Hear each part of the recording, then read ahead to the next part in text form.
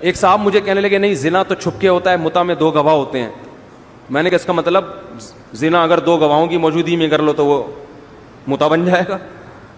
انہوں نے کہا نکاح میں جو ہے نا, زنا میں تو کام کیا نکل لیے, متع میں ایگریمنٹ ہوتا ہے 1 مہینے کا, 10 منٹ کا بھی ہو سکتا ہے, 1 گھنٹے کا بھی ہو سکتا ہے. تو میں نے کہا وہی ہوا کہ ایک عورت آپ نے کرائے پہ لے لی 1 گھنٹے کے لیے, 2 گھنٹے کے لیے, 1 سال کے لیے لے لی.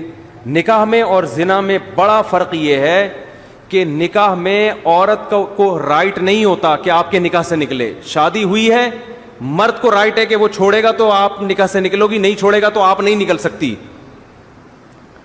سمجھ میں آ رہی ہے بات کہ نہیں ہے؟ اور اسی بیس پہ عورت شادی کے لیے آمادہ نہیں ہوتی. اس کو پتا ہے میں آؤں گی اپنی مرضی سے, جا اپنی مرضی سے نہیں سکتی, ہو سکتا ہے قیامت تک کے لیے مجھے بیوی بنا کے رکھ لئے.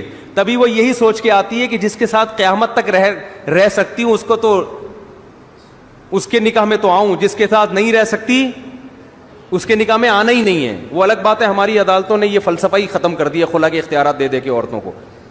تو نکاح میں زنا میں بڑا فرق یہ ہے کہ نکاح ہمیشہ کے لیے ہوتا ہے اور زنا صرف خواہش پوری کی اور پتلی گلی سے نکل لیے. سمجھتے ہو؟ تو متع اور زنا میں کوئی فرق نہیں ہے. تو قرآن کیا کہہ رہا ہے, وَلَا تَقْرَبُوا الزِّنَا, زنا کرنا تو دور کی بات اس کے قریب بھی مت پھٹکو. لڑکیوں سے فون پہ باتیں کرنا, میسج بازیاں اور ان سے دوستیاں, یہ چیز زنا کے قریب لے کر جاتی ہے.